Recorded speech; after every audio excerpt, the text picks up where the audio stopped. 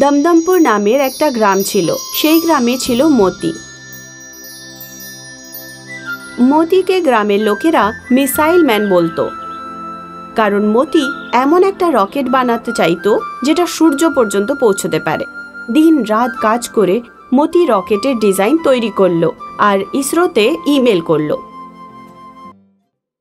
কিছুদিন পর ইসরোর অধিকারীরা মতির সাথে দেখা করতে দমদমপুরে এলো। এই ছেলে, মতিলাল শাস্ত্রীর বাড়িটা কোথায়? কোন মতিলাল শাস্ত্রী? আরে ও যে এই গ্রামে নিজের রকেট ওড়াবার স্বপ্ন দেখছে। আরে মিসাইল ম্যান, ও লঙ্কার জমিতে আছে। চলুন, আমি আপনাদের নিয়ে যাচ্ছি। বাচ্চাটি গাড়িতে বসলো এবং অধিকর্তাদের পথ দেখাতে দেখাতে মতির ক্ষেতে নিয়ে গেল। ওই দেখুন, লঙ্কা লাগাচ্ছে। অধিকর্তারা দেখলো একজন চাষি লঙ্কা গাছের চারা লাগাচ্ছে। এটা দেখে তারা হাসতে লাগলো। এ রকেট বানাবে? এ দিওয়ালির রকেটও ওড়ায়নি জীবনে। আপনি মিসাইল ম্যানকে জানেন না, তাই এরকম বলছেন। ঠিক আছে, তুমি যাও, আমরা দেখা করে নেব। বাচ্চাটি চলে যেতেই অধিকর্তারা মতির সঙ্গে দেখা করলো। তুমি আসলে মতি, যে রকেট ডিজাইন পাঠিয়েছিলে আর টেকনিক্যাল সাহায্যও চেয়েছিলে? হ্যাঁ স্যার, আমি। এত কনফিডেন্স কোথা থেকে পাও? কেন, কি হলো স্যার? ডিজাইনে কোনো প্রবলেম আছে? ডিজাইন ঠিক আছে, কিন্তু তোমার মুখ আর ব্যাকগ্রাউন্ড দেখে আমরা টাকা নষ্ট করতে চাইছি না। স্যার, ডিজাইনে কোনো খারাপ থাকলে একদম মানা করুন, কিন্তু ব্যাকগ্রাউন্ড দেখে খারাপ সিদ্ধান্ত নেবেন না প্লিজ। আমার ব্যাকগ্রাউন্ড আপনার থেকে ভালো। আমার দাদু, ওনার বাবা, আমরা সবাই জ্যোতিষী ছিলেন আমাদের বাড়িতে। ও, ওটাই তো Rahu, Ketu and my foot. Nonsense. এটা শুনে মতির খুব রাগ হলো। সে বলল, বেরিয়ে যান এখান থেকে, চাই না আপনাদের সাহায্য। রকেট কিভাবে বানাতে হবে সেটা আমি দেখে নেব। তোমার এই রকম ব্যবহার আশা করিনি। Good bye. অধিকর্তারা চলে যেতেই মতি হতাশ হয়ে কাঁদতে লাগলো। একটাই তো স্বপ্ন দেখেছিলাম জীবনে, আকাশে রকেট ওড়ানোর, কিন্তু এই শহরের বাবুরা ওটাও ছিনিয়ে নিয়ে গেল। কিছুদিন যাবার পর মতির লঙ্কার চারাগুলো বড় হয়ে গেল আর দেখতে দেখতে গাছে লঙ্কা আসতে শুরু হলো। একদিন মতি খেতে এলো আর ও দেখলো একটা বিশাল লঙ্কা হয়েছে। লঙ্কা দেখে মতি অবাক হয়ে গেল। আমি ফর্মুলা 10 ব্যবহার করেছিলাম, ফর্মুলা 1 ব্যবহার করতাম তো এইরকম লঙ্কার চান্সেস ছিল, কিন্তু ফর্মুলা 1 বানানো এত সহজ না। কিন্তু তাও এত বড় লঙ্কা কিভাবে হলো? মনে হয় প্রকৃতির কোনো চমৎকার হবে। মতি ওই বিশাল লঙ্কাটা ভালো করে দেখতে লাগলো। হঠাৎই তার মনে হলো যে লঙ্কাটা রকেটের মতো দেখতে। লঙ্কা রকেটের মতো দেখতে? লঙ্কা প্রকৃতিতে গরম হয়, আর গরমও সহ্য করতে পারে, আর তৈরিও করতে পারে। যদি আমি এই লঙ্কা থেকে রকেট বানিয়ে দিই, তাহলে এটা সূর্য পর্যন্ত যাবে, আর সেখানে গিয়ে ওখানকার তাপও সহ্য করতে পারবে। এই কথা মনে হতেই মতি আনন্দিত হয়ে উঠল। ভগবান, তোমার অনেক অনেক ধন্যবাদ। একটা রাস্তা বন্ধ হয়ে যায় তো অন্য রাস্তা নিজের থেকেই খুলে যায়। এখন না আমার কোনো টেকনিক্যাল সাপোর্ট চাই, না হাই কোয়ালিটির মেটেরিয়াল। ডিজাইনও আমার আর রকেটও আমার। মতি ক্রেন ডেকে ওই বিশাল লঙ্কাটা তুলে তার গোডাউনের সামনে নিয়ে এলো। লঙ্কাটা দেখতে গ্রামের লোকেরা জড়ো হলো এবং দেখে অবাক হয়ে গেল। মতি দিন রাত লঙ্কার ওপর কাজ করতে লাগলো। সে লঙ্কার গায়ে এমন এক যন্ত্র ফিট করলো যা সূর্যের প্রতিটি খবর পৃথিবীতে পৌঁছয়। সূর্যের তাপে যেন কোনো ক্ষতি না হয়, তার জন্য আমাকে রকেট অবশ্যই আমাকে পাহারা দিতেই হবে। মতি লঙ্কার মধ্যে গোলা বারুদ ভরে দিল। লঙ্কার রকেট আকাশে ওঠার জন্য প্রস্তুত হয়ে গেল। তারপর আর কি, মতি সঠিক দিন দেখে রকেট ওড়াবে বলে ঠিক করলো। তাড়াতাড়ি ওই দিন উজ্জ্বল সূর্য উঠল। গোডাউনের সামনে রকেট তৈরি হলো। মতি গোডাউন থেকে রকেট কন্ট্রোল করতে লাগলো। সমস্ত গ্রাম দেখতে লাগলো। মতি ঈশ্বরের নাম নিয়ে বোতাম টিপল এবং লঙ্কা থেকে ধোঁয়া বেরোতে লাগলো। লঙ্কার ধোঁয়াতে সব গ্রামবাসী এবং মতি বিরক্ত হয়ে গেল। সবাই খুব জোরে জোরে কাশতে লাগলো এবং এদিক ওদিক ছুটে চলে গেল, কিন্তু মতি পালালো না, কারণ রকেটের ওড়া এখনো বাকি আছে। এতক্ষণ ধরে সিগন্যাল দিচ্ছে কিন্তু এটা উঠছে না কেন? মতি বিরক্ত হয়ে গেল। লঙ্কা থেকে অনেক ধোঁয়া বেরোতে লাগলো এবং কাশতে কাশতে সারা গ্রামবাসী ক্লান্ত হয়ে পড়ল। ধোঁয়ার ঝাঁঝে মতির নাক কান থেকে রক্ত বেরোতে লাগলো। তবুও সে চুপচাপ নিজের কাজ করতে লাগলো। লঙ্কা সমস্ত ঝাঁঝালো ধোঁয়া বাইরে বের করে দিল আর চমৎকার হয়ে গেল। মতি বারুদের গন্ধ পেল আর দেখতে দেখতে লঙ্কা রকেট আকাশে দ্রুত গতিতে উড়তে লাগলো। লঙ্কা রকেট পৃথিবীর বায়ুমণ্ডল ভেদ করে আকাশের গভীরে অদৃশ্য হয়ে গেল। রকেট আকাশে সুড়ঙ্গ বানালো এবং মতি অনেকক্ষণ ধরে ওই সুড়ঙ্গটা দেখতে লাগলো। অসাধারণ রকেট, আকাশে যেন ক্ষতি না হয় তাই সব ধোঁয়া এখানেই ছেড়ে গেল। আর আমরা মানুষেরা যত উপরে পৌঁছায় ততই খারাপ হয়ে যায়। আমার বিশ্বাস এই রকেট আমাকে হতাশ করবে না। এইভাবে লঙ্কা রকেট যেতে যেতে মানুষদের শিক্ষা এবং যে কোনোভাবেই ওড়ার সাহস দিয়ে গেল।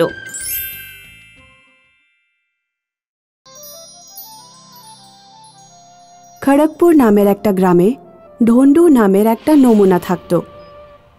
ও কারোর কথা শুনতো না, সব সময় নিজের ইচ্ছায় চলতো আর ফেঁসে যেত। কিরে ঢন্ডু, মোষের শরীর কেমন আছে এখন? চাচা, মোষ তো মরে গেছে। কি? ডক্টরকে ডাকিসনি? ডাক্তার আসলে তো 200-400 টাকা খরচ হয়ে যেত। আরে পাগল, এখন 2 লাখের লোকসান তো হয়ে গেল, তার কি হবে? কৃপণতা করলে তো লোকসানই হবেই। গরমকাল শুরু হতে চলেছিল। ঢন্ডু তরমুজের চাষ করতে চেয়েছিল। বাজার থেকে বীজ এনে জমিতে বুনে দিল। কম্পোস্ট আর সেচেরও ভালো করে যত্ন করল আর কিছুদিনের মধ্যেই তরমুজের ফল ফুটতে শুরু করে দিল। এইভাবেই কিছুদিন কেটে গেল। ঢন্ডু জমিতে এলো আর ও দেখল যে একটাও ফল ধরেনি। এটা দেখে ঢন্ডু খুবই চিন্তায় পড়ে গেল। বীজগুলো তো নকল ছিল, একটাও ফল হলো না। এখন তো সব গাছ তুলে ফেলতে হবে মনে হচ্ছে। এই বলে ঢন্ডু গাছগুলো তুলে ফেলতে লাগলো। শেষে একটা গাছ বেঁচেছিল। ঢন্ডু ওটাও যেই তুলতে গেল তখন ওর নজর পড়ল আরেকটা গাছের তরমুজের ওপর। এই ফল ধরা গাছটা থাক, বড় হয়ে গেলে তাহলে আমরা খেতে পারবো।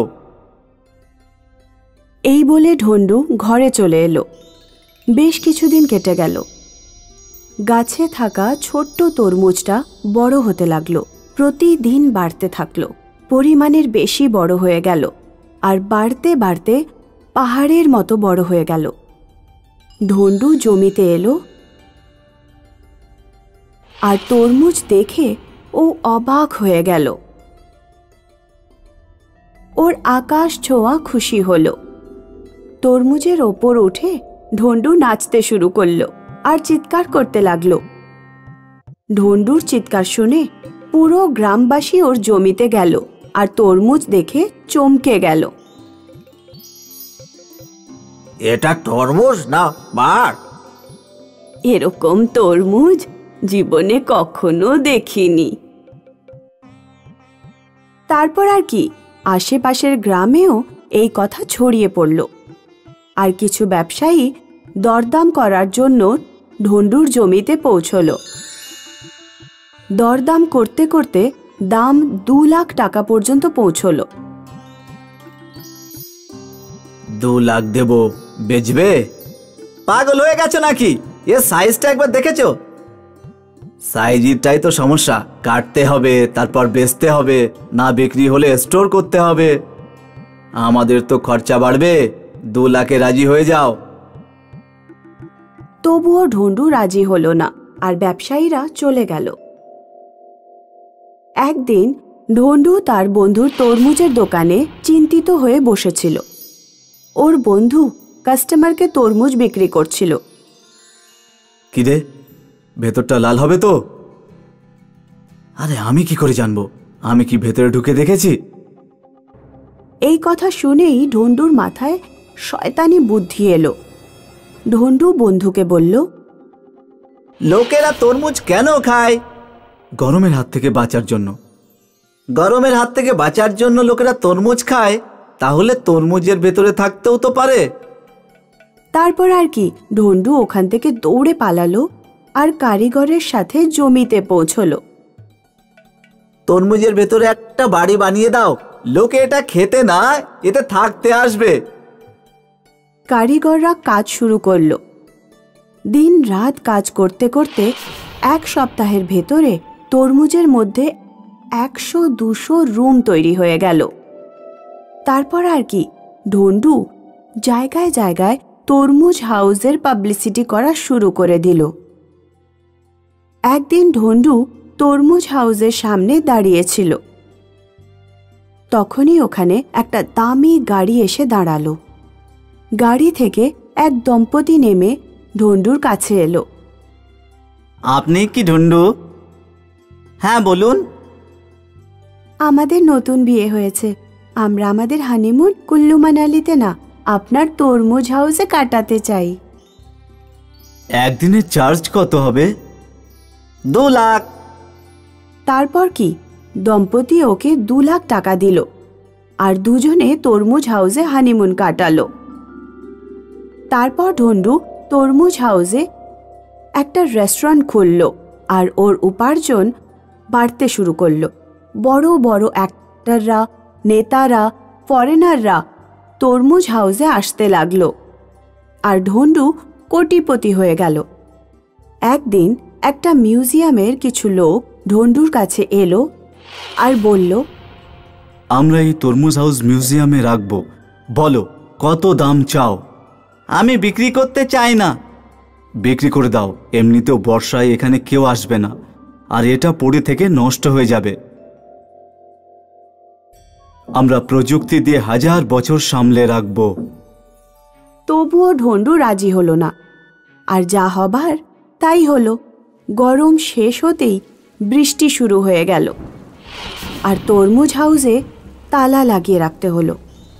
এখন কেউ তরমুজ হাউসে আসতে চায় না। বৃষ্টির জন্য ঢন্ডুও 2 সপ্তাহ বাড়িতে বন্দি থাকলো। যেই বৃষ্টি থেমে গেল, ঢন্ডু জমিতে গেল।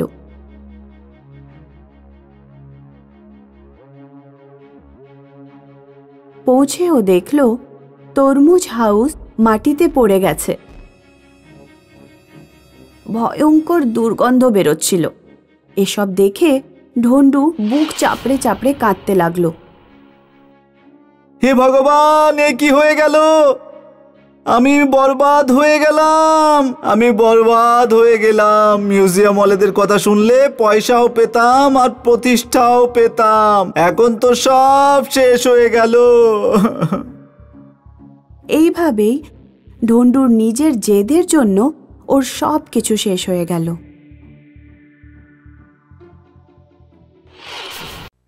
আব্দুল একজন খানসামা ছিল যে সুলতান মিয়ার হোটেলে তন্দুরি বানাতো। ভাই, আমাকে একটা তন্দুর পার্সেল করে দাও। আগে এক্ষুনি দিচ্ছি। আপনার হাতের তন্দুরের কোনো জবাব নেই আব্দুল মিয়া। আমি অনেক হোটেলের তন্দুর খেয়েছি, কিন্তু আপনার হাতের তন্দুরের মতো স্বাদ কোথাও পাওয়াই যাবে না। ধন্যবাদ, আপনার যে আমার তন্দুরি ভালো লেগেছে সেটাই অনেক। আব্দুল অনেক বছর ধরে এই হোটেলেই কাজ করছিল। সবকিছু ঠিকই চলছিল। তারপর একদিন সুলতান মিয়ার ছেলে আফজল হোটেলের দেখাশোনা করতে আরম্ভ করলো। ভাই, আপনার হোটেলের তন্দুরির তো কোনো কথাই নেই। হ্যাঁ হ্যাঁ হ্যাঁ, আমি জানি জনাব, অনেক লোক আব্দুল মিয়ার তন্দুরির খুব প্রশংসা করেন। এই শুনে আব্দুল হাসল। সে আফজলের মনে দুষ্টু বুদ্ধির ব্যাপারে জানতো না। আফজল ভেবে রেখেছিল যে ও তন্দুরি কাউন্টার আরো বড় করে বানাবে এবং আরো অনেক খানসামা রাখবে। আব্দুল ভাই, এবার আপনাকে অন্যান্য খানসামাদেরও আপনার মতন তন্দুরি বানাতে শেখাতে হবে। আসলে ব্যাপারটা হলো, আমি তন্দুরির কাউন্টারটা বড় করতে চলেছি যাতে আরো বেশি অর্ডার নিতে পারি, সেই জন্য। হ্যাঁ নিশ্চয়ই, আমি সব খানসামাদের শিখিয়ে দেব। এই শুনে আফজল খুশি হলো। কিছুদিন পর তন্দুরি কাউন্টার বড় হয়ে গেল। আরো 2 জন খানসামা কাউন্টারে এলো। আলতাফ আর আরবাজ। এবার আমাকে ভালো করে দেখো আর শেখো। যদি আমার মতন ভালো করে তন্দুরি বানাতে পারো তাহলে গ্রাহক তোমাদেরও তারিফ করবে। আব্দুল দুজনকে ভালো করে তন্দুরি বানাতে শেখাতে লাগলো। কিছুদিনের মধ্যেই ওরাও আব্দুলের মতন তন্দুরি বানাতে শিখে গেল।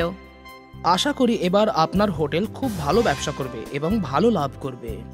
আপনার আশীর্বাদ থাকলে সবই হবে আব্দুল মিয়া। আব্দুল ভালো মনে ওই দুজন খানসামাকে তন্দুরি বানাতে শিখিয়েছিল, কিন্তু আফজল খুব চালাক ছিল। ওর মনে শুধু টাকা রোজগার করার জেদ ছিল। তাই জন্য ও একটা নতুন পোল্ট্রিওয়ালার সাথে সওদা করলো। এই পোল্ট্রিওয়ালা আফজলকে সস্তা দামে মরা মুরগি বিক্রি করতে লাগলো, যার জন্য আফজলের লাভ বেড়ে গেল। তন্দুরি কাউন্টার বড় হয়ে যাওয়ার কারণে গ্রাহকও বেড়ে গিয়েছিল। সবকিছু ঠিকঠাক চলছিল, কিন্তু একদিন যখন আব্দুল বেশ রাত পর্যন্ত হোটেলে ছিল, তখন হোটেলের মালিক সুলতান সেখানে এলো। বাবা আফজল, কেমন চলছে হোটেল? খুব ভালো আব্বা। আমি শুনেছি তুই নাকি পোল্ট্রিওয়ালা বদলে দিয়েছিস। হ্যাঁ আব্বা, এই পোল্ট্রিওয়ালা আমাদের কম দামে মুরগি দিচ্ছে। আচ্ছা, কিন্তু কি করে দিচ্ছে? কারণ সেই মুরগিগুলো আগে থেকেই মরা। ইয়া খোদা, এ কি পাপ করছিস বাবা? এটা ভুল। এরকম পাপ করো না। যদি আমাদের তন্দুরি খেয়ে কারোর শরীর খারাপ হয় তাহলে খোদা আমাদের ক্ষমা করবেন না বাবা। এরকম কিছুই হবে না আব্বা।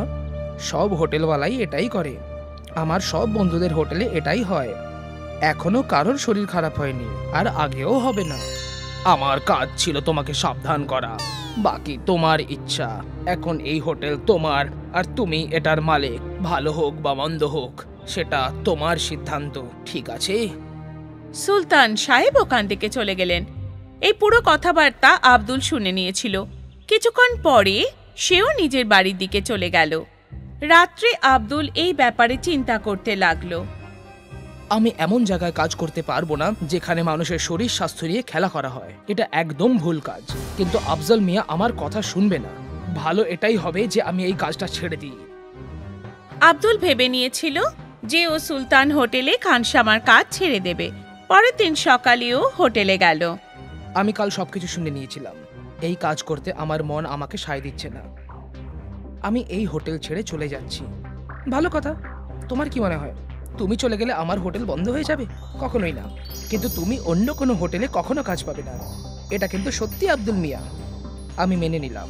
আমি কাজ না করেও থেকে যাব, কিন্তু বেইমানিতে অংশগ্রহণ করব না। আব্দুল এই কথা বলে সেখান থেকে চলে গেল। ও অনেক হোটেলে কাজ খুঁজতে লাগলো, কিন্তু কোথাও ও কাজ পেল না। ক্লান্ত হয়ে সে একদিন ওর বন্ধু মুস্তাফার সাইকেলের দোকানে গিয়ে বসলো। কি হলো ভাই, আজও কাজ পেলে না? না বন্ধু, জানি না এবার কি করব। আমি তন্দুরি বানানো ছাড়া আর কোনো কাজ করতেও পারি না। তোমাকে কে বলেছে অন্য কাজ করতে? আমি তো এটা বলছিলাম যে তুমি তোমার নিজের তন্দুরির কাউন্টার খুলে ফেলো। অত টাকা নেই আমার কাছে।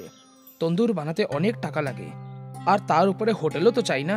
তার উপর তার ভাড়া, এত কিছু আমি কি করে করব? তোমার দুটো সমস্যার একটাই সমাধান আছে আমার কাছে। একটু অপেক্ষা করো। মুস্তাফা দুটো পুরনো সাইকেলের রিম নিয়ে তার মধ্যে দিয়ে একটা শিক ঢুকিয়ে দিল। নে, তৈরি হয়ে গেছে। এটা কি? বোঝাচ্ছি তোকে। মুস্তাফার কাছে একটা হাতগাড়ি ছিল। মুস্তাফা হাতগাড়ির ওপর একটা লোহার পাট ঢুকে আটকে দিল, আর তারপর সেই তন্দুর ওই হাতগাড়ির ওপর রেখে দিল। এবার এটার নিচে তুই জ্বলন্ত কয়লা রাখ, আর এটা ঘুরিয়ে ঘুরিয়ে তন্দুরি বানা। আরে বাহ, এটা তো খুব ভালো। তুই এটা ভাবলি কি করে? আমি তোর সাহায্য করতেই চাইছিলাম, তাই এটা আমার মাথায় এলো। ধন্যবাদ ধন্যবাদ আমার বন্ধু।